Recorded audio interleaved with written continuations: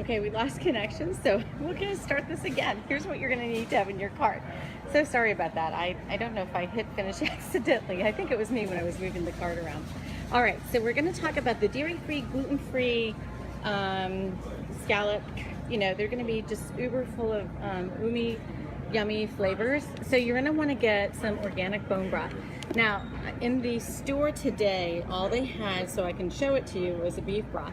And then I started thinking about it. Well, this recipe could really be complex. I'm still gonna go out and get a couple of chicken broths, but I might mix it just because I really wanna add that depth of flavor. And you'll see why, what we're gonna do with this particular recipe. For both recipes, you're gonna wanna get some tapioca flour. Again, I try to stay within Bob Bread Mill if I can find it, because I love their company.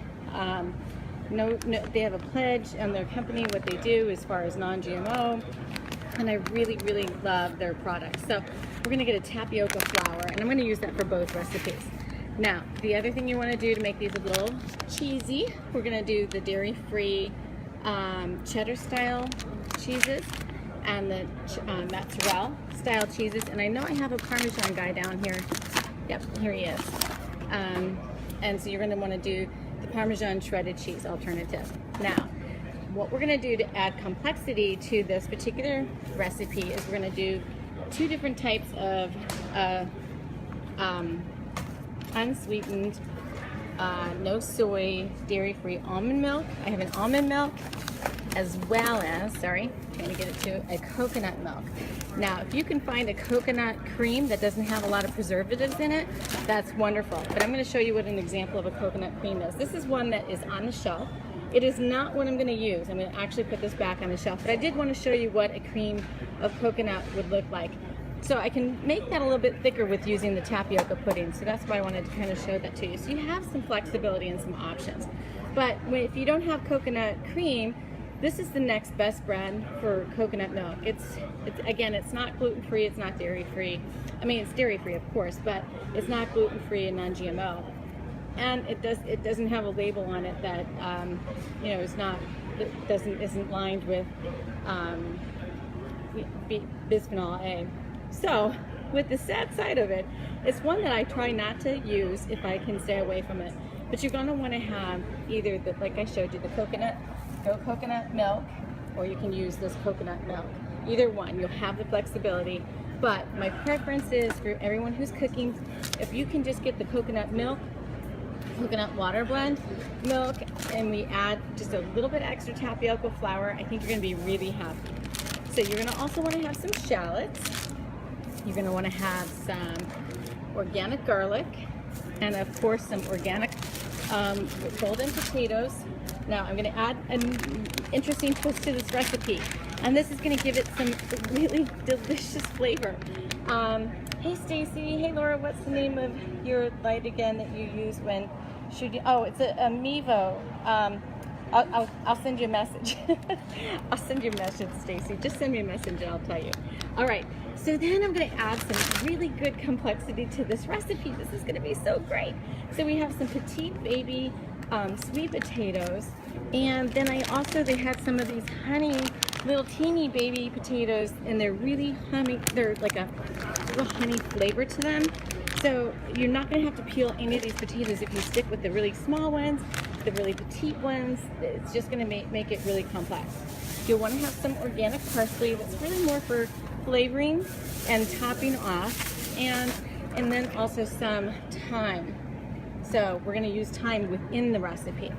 Okay, and I think I've touched upon all of the recipe ingredients. Now, one of the things I love to do when I make a scalloped potato, I love to add in just some organic asparagus. Now, they didn't have any organic asparagus, and a lot of this is looking like on the shelf that it was left over from Thanksgiving. So it doesn't feel as stiff. I'm going to try to put this one in a little pot of water and put it in my refrigerator, and it should freshen it up at least until Friday. I think that's what I'm going to plan to do here with that.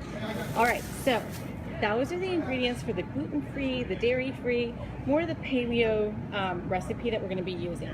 Now, for the traditional, really ooey gooey cheesy, because that's how my husband likes his meal, but I'm not going to use what is not pictured in this cart. You will not see it as a heavy whipping cream.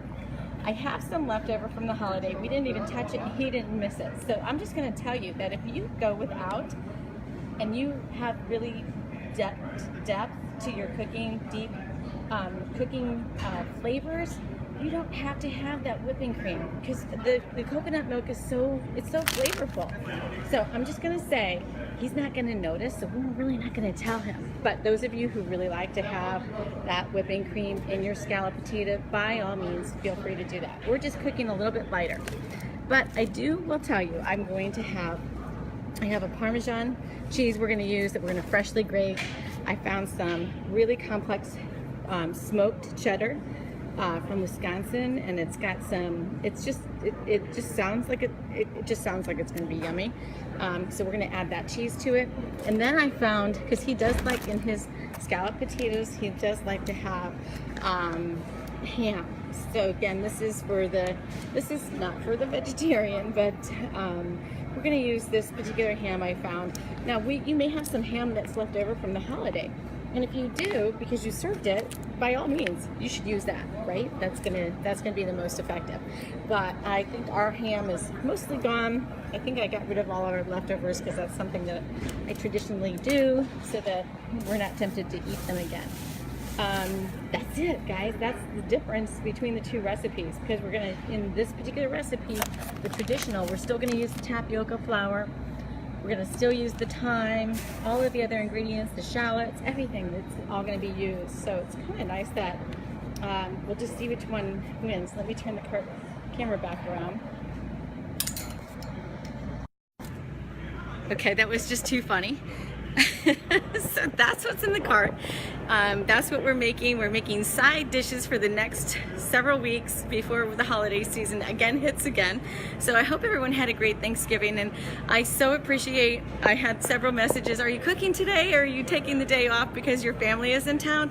And I never even had a chance to respond because I went off grid for the time that my family was in town, just so I could be present and in the moment. So I appreciate all of the great messages. I never got to all of them, so if you're one of them, it's not because I didn't try, it's just because, well, it was a lot.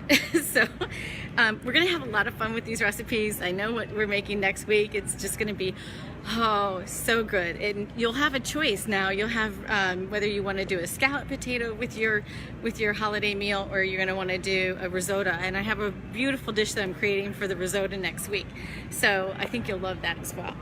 Anyway, we're making the scalloped potato. We're making a really beautiful, beautiful dairy-free, gluten-free, just so like paleo-friendly.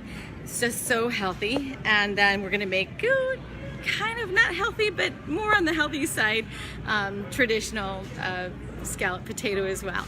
So tune in on Friday. We'll see you live, and I'm looking forward to cooking with y'all. All right, see you soon. Have a great day, everyone.